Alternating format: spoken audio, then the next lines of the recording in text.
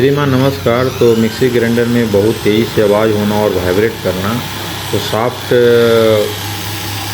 का ढीला हो जाना और बूस्ट खराब हो जाने के कारण होता है।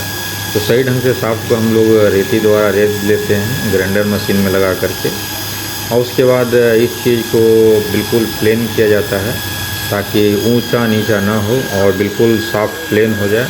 उसके बाद हम लोग एक रेक मार द्वारा बिल्कुल वरिक सा होता है, उसे हम लोग बिल्कुल फ्रेश कर लेते हैं। और उसके बाद इस चीज़ को लगाने के बाद अब मिक्सी ग्राइंडर में साउंड बिल्कुल नहीं आता है और बिल्कुल फ्रेश चलता है। और इस चीज़ को लगाने के बाद जैसे कि साउंडलेस हो जाता है। धन्यवाद।